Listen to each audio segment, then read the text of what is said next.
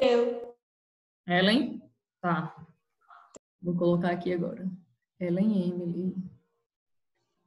Eu tô perto de terminar o livro 2. Eu acho. Acho que falta, depois dessa daqui, fica faltando só Ana Beatriz. relevo, né? Interno e externo. Oi. No ano inteiro, no terceiro ano, no caso, são 6 livros, é? 6. Tá E Ana Beatriz está no segundo.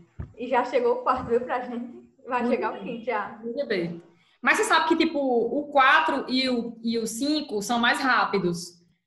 O 4 e o 5 são... geografia 4, 5, 6 são mais rápidos, porque é geografia humana. Agora não tem como ser rápida, porque se eu for rápida, eu vou atropelar coisas que vocês não sabem. Aí se eu atropelar coisas que vocês não sabem, vocês vão colocar a culpa em mim no futuro. Então eu não quero receber essa culpa. Relaxa, eu também não vai dar certo. Não, pode ir no seu tempo, Ana Beatriz. Pode ir no seu tempo. Pois vamos lá. Estão vendo isso aqui no livro, aula 10. Isso é Estrutura Geológica do Brasil. Geografia 1. Estamos finalizando hoje. Hoje talvez, né? Geografia 1. Só falta essa, Geografia 1. Aí, no caso, a gente fica devendo só aula 9 e 10, Geografia 2, que é Geomorfologia 1 e Geomorfologia 2, que é bem rapidinho. Agente interno do relevo e agente externo do relevo. Eu acho que é rápido, né? Então, vamos lá. Deixa eu botar para gravar. E eu já botei para gravar. Que interessante. Vamos lá. Aula 10, Estrutura Geológica do Brasil. O relevo brasileiro, ele possui altas cotas altimétricas. O relevo brasileiro, ele tem uma grande altimetria. Alguém pode me responder? Nosso relevo é muito elevado, muito alto? Nós temos grandes feições de relevo no Brasil. Você sabe me dizer qual é o pico mais alto do Brasil? Não. O pico mais alto do Brasil fica na região norte do Brasil e não chega nem a 3.000 metros de altitude, ou seja, distância em relação ao nível do mar. O relevo brasileiro é considerado um relevo bastante... relativamente não é um relevo alto, é um relevo baixo, de altitudes medianas, né? A gente não tem um relevo com grande altimetria, e isso é em decorrência de quê? É em decorrência do Brasil estar situado no meio de uma placa tectônica, no centro de uma placa tectônica, sim. É porque o Brasil está situado numa área que não tem grande atividade tectônica, que promove aí o soerguimento de extensas áreas, ou então, enfim, grandes choques de placas, exatamente. Então, aqui tem 3 tipos de relevo, né? Um relevo novo, um relevo maduro e um relevo antigo. O relevo do Brasil, em alguns locais, né, a gente vai ter um relevo maduro e um relevo antigo. Na verdade, o nosso relevo ele é marcado em alguns locais por ser bem antigo, principalmente os locais de escudos cristalinos, onde a gente vai ter 36% da estrutura geológica do nosso relevo. É constituída por uma estrutura antiga, formada aí no início da nossa crosta, certo? Lá mais ou menos 4 bilhões de anos, estava sendo formada 36% da estrutura geológica do relevo brasileiro. E, mais recentemente, né, mais ou menos já no Éon atual, desde o Paleozoico ao Mesozoico, começou a ser formadas as nossas primeiras bacias sedimentares. Que, no caso, no Brasil, a gente só tem 2 tipos de estruturas geológicas, né? Os escudos cristalinos, que é um tipo de cráton, também chamado de um maciço residual, que é um tipo de relevo que consegue prevalecer na paisagem porque ele tem rochas mais resistentes à erosão, por isso que é maciço residual, ele é favorecido pelas suas rochas serem bem resistentes. E a gente tem o 64% do Brasil que é constituído por bacias sedimentares, né, que é formado por rochas menos resistentes. E, consequentemente, as bacias sedimentares elas são mais recentes, é uma estrutura geológica mais recente, certo? Então, o nosso relevo ele é um relevo que sofre bem mais a ação dos agentes externos do que dos agentes internos do relevo, certo? A gente vai ver já que existem 2 tipos de agentes que tanto formam o relevo quanto modelam o relevo.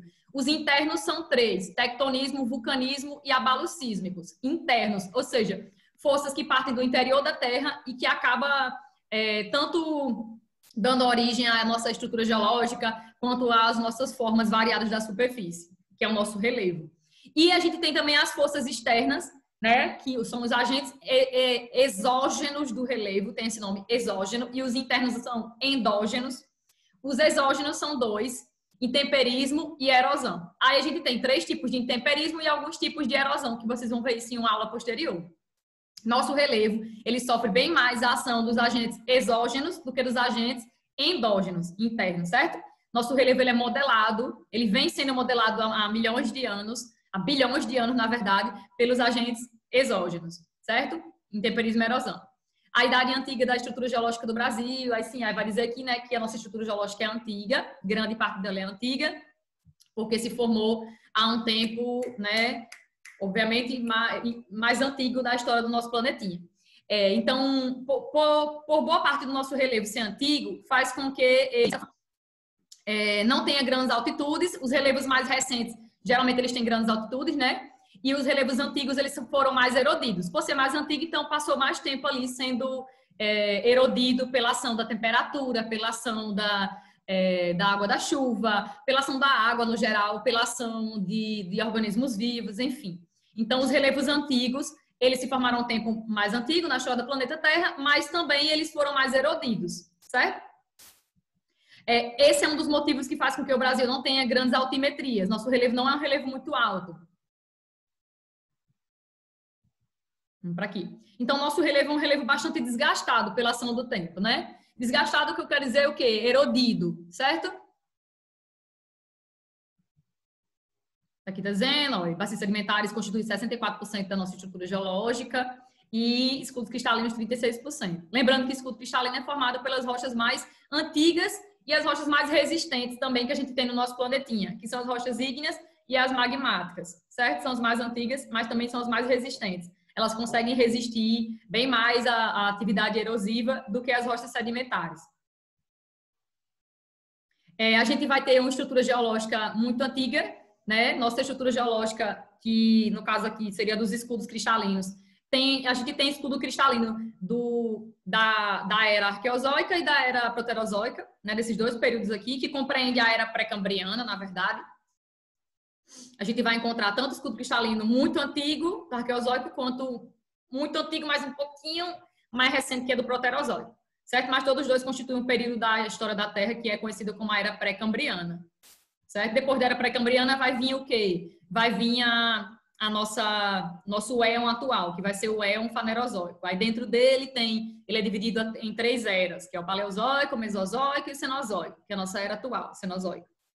Então, boa parte do nosso relevo, né, 36% do nosso relevo, da estrutura do nosso relevo, ela é muito antiga, formada aí na era pré-cambriana, mais ou menos 4 bilhões de anos, ou seja, há muito tempo, né?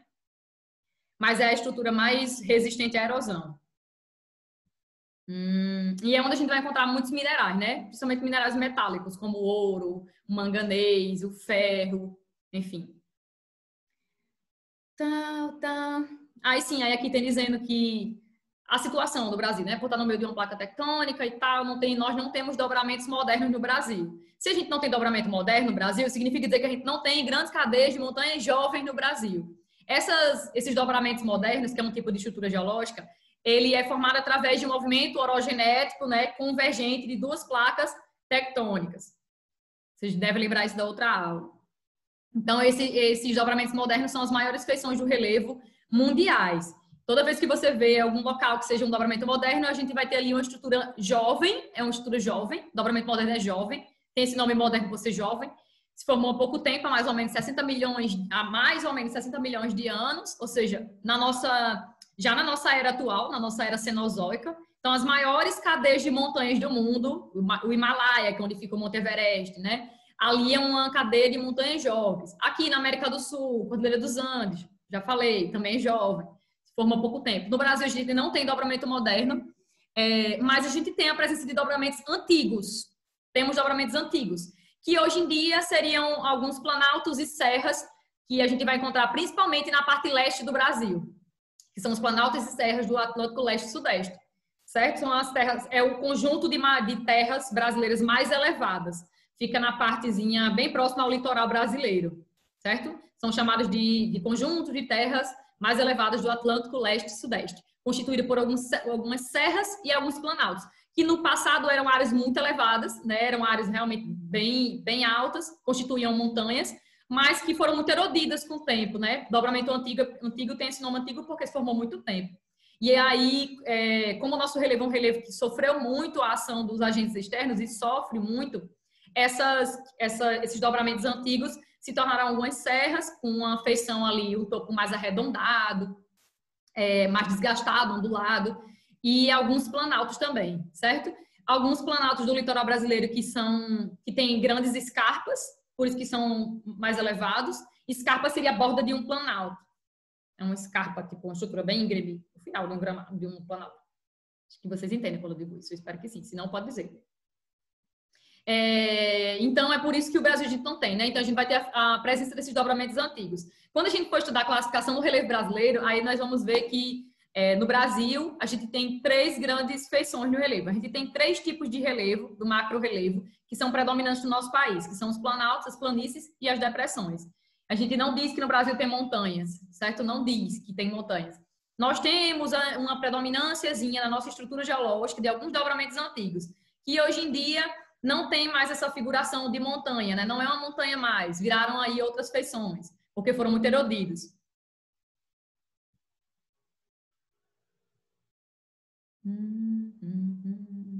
Embora as rochas que constituem os escudos sejam muito antigas, suas formas, e que é importante, viu? Quem estiver grifando o livro pode grifar isso aqui.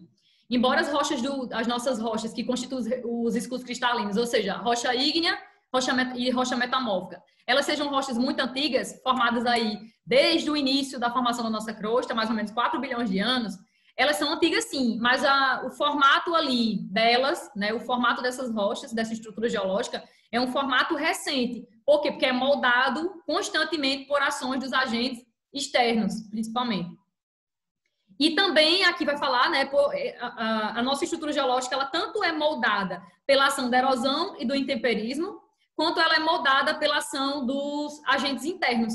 Também é um pouquinho, como por exemplo pela ação da epirogênese. Vamos falar dela agora. O que é essa epirogênese?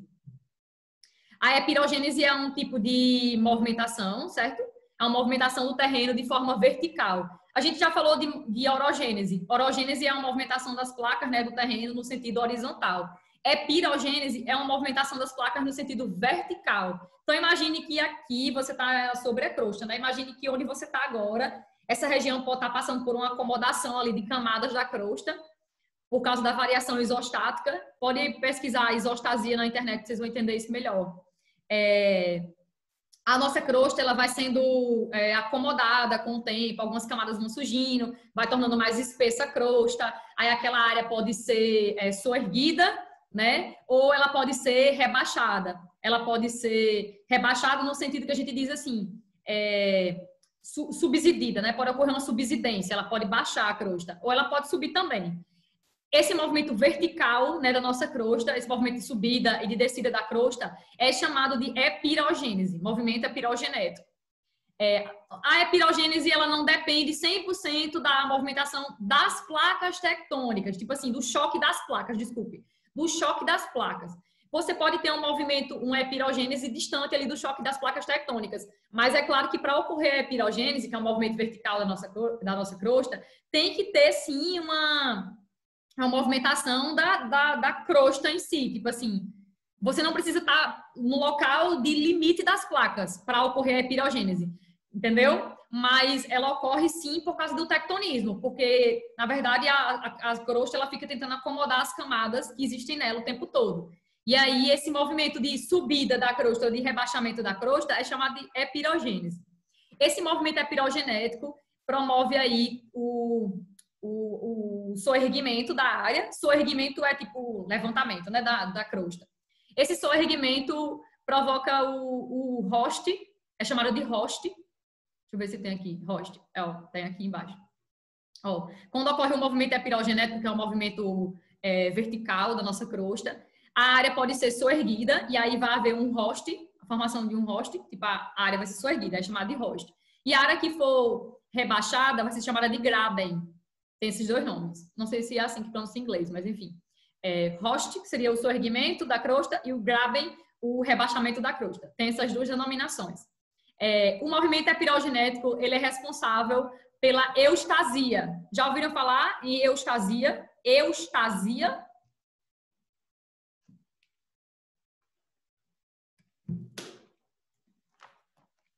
Nunca ouviram falar em eustasia? Não, nunca vi. Não, nunca ouvi. Eustasia é o movimento do nível da água em relação ao nível da terra, do continente. Pronto. A gente sabe que o mar ele pode subir ou ele pode rebaixar um pouquinho, né? Ele pode transgredir ou ele pode regredir, de acordo com os anos. O que é que acontece? Por que que... Oi, Eduarda, você quer falar? Levantou a mão. Tem esse negócio que você disse, tem um negócio de trans alguma coisa, né? Trans... Que é, parece que é ao contrário, alguma coisa assim, eu não me lembro. Transgressão é. O movimento é pirogenético, vamos lá, vou devagarzinho. O movimento é pirogenético, que é o movimento vertical da crosta. Ele promove uma mudança no nível da água, do mar, do oceano, certo? Ele promove uma mudança.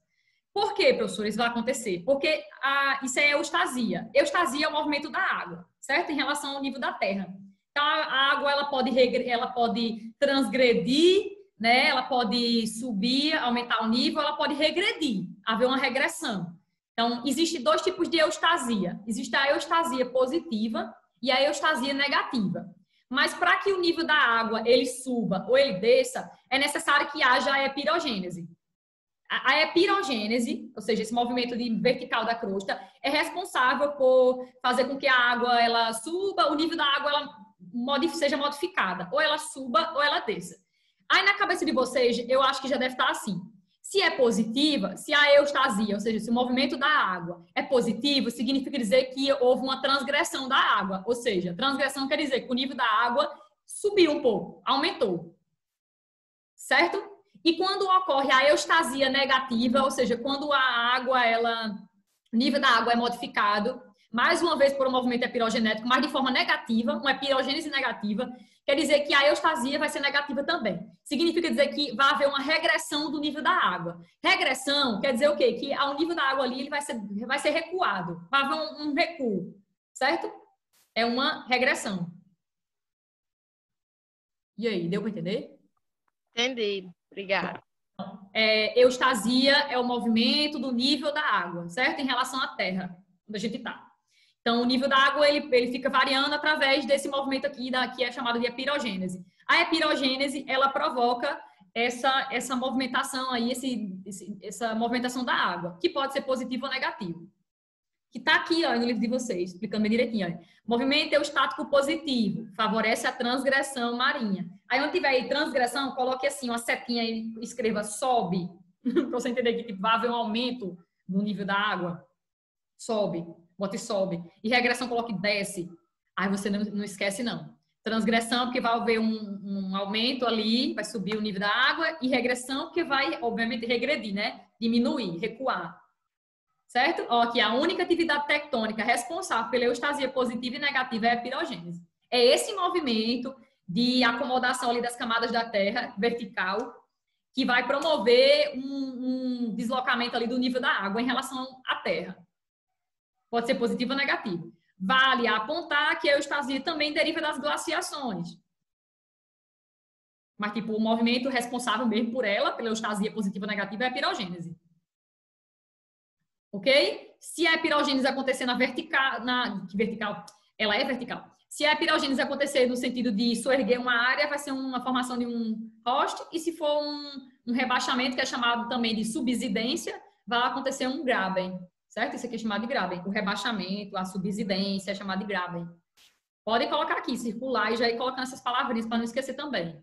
Viu? Se tiver com o livro aí. Aqui tem um esqueminha de estrutura geológica, ó, bacia sedimentar, aqui nessa parte direita.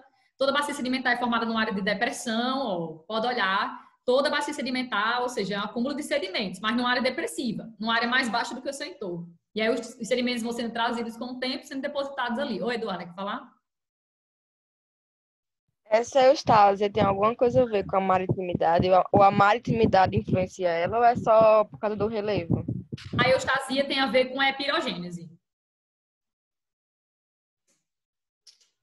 Entendi. Olha isso. No caso, a eustasia positiva, ela pode prejudicar a gente, né? Ela pode prejudicar a gente, porque o nível da água pode subir, e se bem que a negativa também pode prejudicar a gente. Mas maritimidade e continentalidade são fenômenos climáticos, certo? maritimidade e continentalidade são fenômenos climáticos. Não é essa parte aqui de geologia, geomorfologia, não. Aí, let's go. Então, bacia sedimentar é formada em área... Beatriz, eu só queria perguntar uma coisa. Essa parte que você falou aí do movimento da água, que ele pode regredir, outra regredir. E a eustasia. Eustasia positiva e eustasia negativa. Aí ele tem a ver com que eu tinha visto um negócio que eu não sei se foi no Instagram que eu tinha visto, que era de maré de morros. Que é tipo, por causa das ondas, maré de morros. Maré de morros. Que forma uma cadeia litorânea, tá entendendo? Por causa do mar, um negócio assim. Eu não entendi muito bem. Você sabe explicar isso? Eu acho que isso aí tem a ver com a atividade erosiva. Que eu vi, eu não entendi muito bem. Aí já ia perguntar até você. Manda pra mim o link pra eu ver? Se eu achar, né? Mas que eu vi, eu tava passando no Instagram. Pois veja. Mas eu vou pesquisar, qualquer coisa eu falo com você. Beleza. Sim, aqui, né, bacia sedimentar, núcleo cristalino, bacia sedimentar. Se você parar para pensar, o sedimento que está chegando aqui na bacia sedimentar para formar ela está vindo de áreas de escudo cristalino, né? E a bacia sedimentar, ela geralmente está sobre porções ali de relevos cristalinos também. Tem alguém falando do bate-papo? Mares de morros é domínios morfoclimáticos. Sim, Vitor. Mares de morros são domínios morfoclimáticos do litoral brasileiro. Exatamente. Áreas muito suscetíveis a deslizamento de terra no Brasil. Vamos falar disso ainda. Então, aqui tem um resumão básico, ó. 36% da estrutura geológica do Brasil, formada por escudo cristalino, 64% por bacia. Aí tem dizendo aqui, ó, os 36%. Resfriamento interno, se for granito, né, que é uma rocha ígnea plutônica, intrusiva. E o resfriamento externo, basalto, vulcânica ou efusiva, extrusiva. E aqui 64%, cadê? Aqui embaixo, sim, o que é que a gente pode encontrar nos escudos cristalinos, né? Presença de manganês, ferro, bauxita, cobre, cassiterias. E 64% formadas são as bacias sedimentares, formadas por detritos inorgânicos, mas também por detritos orgânicos. Como, por exemplo, a gente pode encontrar calcário, carvão mineral, petróleo nessa região, xisto. Eu disse que o xisto, a gente tinha a exploração do xisto, que é uma rocha sedimentar, somente em relação ao gás, né? Mas existe petróleo de xisto também, viu? Existe petróleo extraído de xisto. Os Estados Unidos tanto investem na exploração do petróleo, dessa rocha aí, encontrada no xisto, quanto do gás, do xisto. Aqui tem um mapinha muito lindo, ó, estrutura geológica, Aziz Absaber, um dos maiores geógrafos da parte física do Brasil, é esse cara aqui. Ele fez esse mapinha que dividiu o Brasil nas estruturas geológicas, né, que existem aqui, e denominou, ó, cada uma, bacia amazônica, bacia tal, também todas as bacias e todas as presenças que a gente tem de escudo cristalino. E vamos falar de algumas coisas aqui agora. Bacia Paranaica, a gente vai falar um pouquinho dela, ela é muito falada no livro. Essa região aqui é onde se formou o solo de terra roxa. Lembra que no século XIX foi muito influente para a produção de café no Brasil, que predominou no estado de São Paulo. São Paulo se tornou a região mais rica. Lembra do século XIX? Pronto. Essa região aqui do solo de terra roxa, esse solo se formou, na verdade, por causa que ele é fruto da decomposição do basalto. Mas imagina uma coisa, aqui é uma região de bacia, aí você faz, a bacia sedimentar é formada por rocha sedimentar?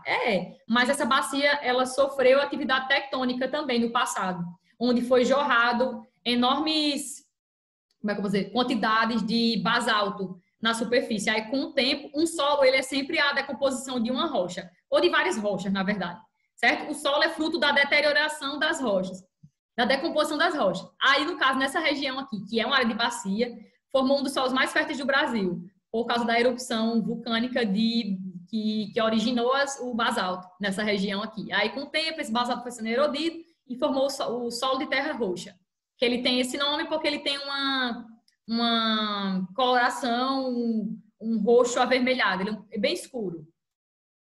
E é um dos solos mais férteis do nosso país. Agora vamos falar especificamente dos escudos, depois das bacias sedimentares. Os escudos cristalinos, eles são, a gente tem 36%, né, da nossa estrutura geológica. Eles vão ser muito evidentes nas bordas do Brasil, onde a gente vai encontrar diversos tipos de minerais que são influentes do ponto de vista econômico para a gente. Os escudos, a gente vai ver que eles se formaram em dois momentos específicos. Os nossos escudos, né, do Brasil. A gente tanto tem a presença dos escudos que foram originados no período ali da era, na verdade, na era arqueozoica, quanto na era proterozoica. Mas a maior parte dos escudos brasileiros se formaram aqui, na era arqueozoica. 32% dos 36% dos escudos se formaram na era arqueozoica. E os outros 4% se formaram no proterozoico. Sendo que os 4% são muito importantes, porque é onde a gente encontra ouro vai ser no proterozoico, sendo que a menor quantidade dos nossos escudos se formaram nesse período aí, nessa era. Então vamos lá, os escudos cristalinos. A gente encontra muito nas bordas do Brasil, aqui tem dizendo quais são essas bordas. A gente vai encontrar escudo nas bordas do norte da Amazônia, ou planaltos residuais. Quando eu digo residual, é tipo uma coisa que... Vocês entendem? Residual é tipo algo que... a rocha é muito resistente, então ela ficou ali enquanto o seu entorno foi erodido. Exemplo. Por que aqui no Serrote Branco a gente encontra a figura daquelas rochas? Por que só tem elas ali como mais elevadas, uma área mais elevada? Porque elas têm um tipo de erosão diferenciada. Elas são um maciço. Elas são um relevo residual, tipo, ficou ali porque ela é mais resistente, enquanto o seu entorno foi todo erodido, porque o seu entorno tinha rochas menos resistentes. Toda vez que você fala em residual, quer dizer, tipo, algo que foi tão resistente que continuou ali, que conseguiu permanecer. Nas bordas do norte da Amazônia, nos planaltos residuais norte-amazônicos, temos os escudos cristalinos das Guianas, nessa parte mais ao norte, tá aqui, ó, no mapa, vai lá no mapa que você encontra o escudo das Guianas, né? Fica aqui nessa região, escudo das Guianas. Onde existia grande reserva de manganês, na Serra do Navio, no Amapá. Reserva essa que já foi exaurida, acabou, essa do Serra do Navio, manganês da Serra do Navio. Aí na borda sul da Amazônia, os planaltos ou planaltos residuais sul-amazônicos, temos o escudo cristalino central, tá? Vai lá no mapa que você vai encontrar. Esse escudo vai ter afloramento na borda sul da Amazônia, nos chamados planaltos sul residuais da Amazônia, onde há formações cristalinas das quais se extrai ferro. De tudo isso que eu estou falando, o que tem que ficar na cabeça de vocês são esses locais onde a gente vai encontrar grandes reservas de minerais. Isso é o que tem que ficar na cabeça de vocês. Vocês não precisam decorar, tipo, quais são os escudos que existem no Brasil, o nome deles. Não precisa. Vocês não precisam dizer, tem tantos escudos na região norte, tem tantos... Não precisa, porque o Enem, ele vai abordar isso aqui de forma, principalmente do ponto de vista mineralógico, certo? Ele vai abordar do ponto de vista mineralógico, porque quer saber ali onde é que a gente vai encontrar a maior riqueza mineralógica no Brasil. A região norte é uma região muito rica nesse quesito de recurso mineralógico. Principalmente o estado do Pará. Hoje em dia, o estado do Pará é um dos estados mais ricos do Brasil. Não se fala muito disso, mas ele é um dos estados mais ricos em relação a essa questão mineralógica. Porque é lá que a gente vai ter... aqui cita dois casos, né? Que é a Serra dos Carajás, é o minério de ferro, é a maior jazida de minério de ferro do mundo, assim, no quesito de um minério de ferro puro, muito bom, um minério de ferro muito bom. É a maior do mundo, fica lá no sul do Pará. E outra também que fica no Pará é essa daqui, ó, a Serra de Orimixá, que é onde a gente vai encontrar grandes quantidades de bauxita no Brasil. Então, tipo, o estado do Pará é um estado muito rico nesse quesito mineralógico, muito rico. É onde teve também a presença ali bem próximo da Serra Pelada, né?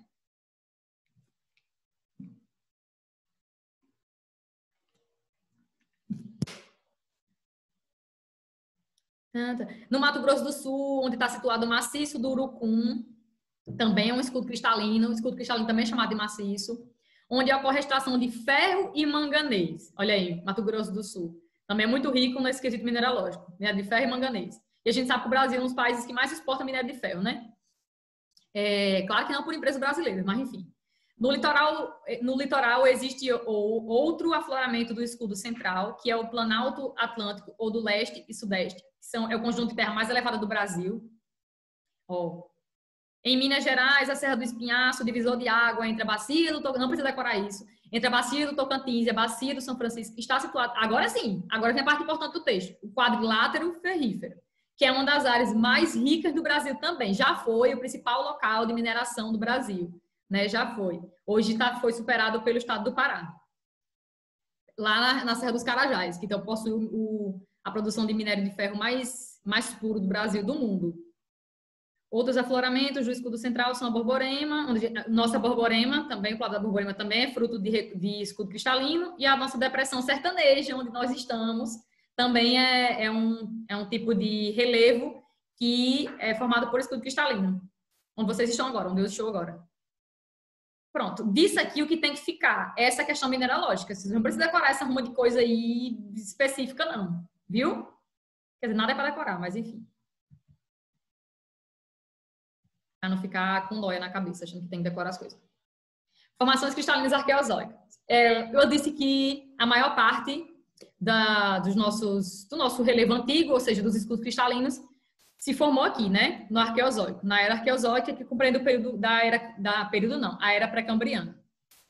32 de 36% dos nossos escudos se formaram aqui, ou seja, há mais ou menos 4 bilhões de anos.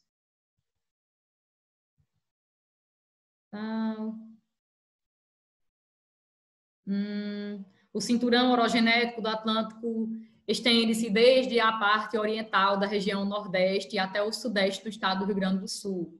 É uma faixa de grande complexidade litológica e estrutural, prevalecendo rochas metamórficas de diferentes tipos e idades, como gnáisses, migmatitos, quartzitos, micaxistos, filitos e secundariamente intrusivas, como granitos e cianitos, no litoral brasileiro, né? As serras do Mar e da Mantiqueira, que constituem escarpas altas e abruptas produzidas por grandes linhas de falhas. Ou seja, a parte mais elevada do Brasil. Elas ficam nessa parte do leste do Brasil. São as áreas mais elevadas, por quê? Porque tem um tipo de rocha líquida que é mais resistente. As rochas dos escudos são mais resistentes. Por isso que as áreas mais altas do Brasil que a gente vai encontrar são formadas por esse tipo de estrutura. São os escudos. Formações cristalinas proterozoicas. Só compreende 4% dos nossos escudos, certo? Mas é onde a gente vai encontrar aqui ferro, manganês, ouro, ou seja, tem importância muito importante, quer dizer, importância muito rica para a gente, né, em relação à economia. Proterozoico veio depois da Arqueozoica, né? Teria início há mais ou menos 2,5 bilhões de anos e findou-se há mais ou menos 550 milhões de anos. Durante esse período ocorreu intensa atividade vulcânica, fato que promoveu o deslocamento do magma do interior da Terra para a superfície, originando os grandes depósitos minerais metálicos, de ferro, manganês e ouro, e etc. Isso que eu já falei, ó, corresponde a 4%, tal, onde a gente vai encontrar estruturas de cristalina, onde a gente vai encontrar, por exemplo, nos estados de Minas Gerais, Amapá, Mato Grosso e Pará, e, no caso, ferro e manganês, e ouro em Minas Gerais. São estruturas cristalinas da Era Proterozoica. Agora vamos para as bacias sedimentares. Eu já falei que uma bacia sedimentar ela é formada em uma área de depressão, né? E essa depressão, ela recebeu sedimentos de áreas mais elevadas, ou seja, ela recebeu sedimentos de escudos cristalinos, que foram sendo intemperizados e erodidos. Erosão, ela transporta o sedimento, né? Desgasta ali o relevo, a rocha, e ela transporta pela ação da água, da chuva. Ela transporta do vento também, né? Transporta para áreas mais baixas, ou seja, áreas de depressões. Então, ó, esse desgaste do relevo produziu um grande volume de detritos que foram preenchendo as depressões cristalinas, locais mais baixos.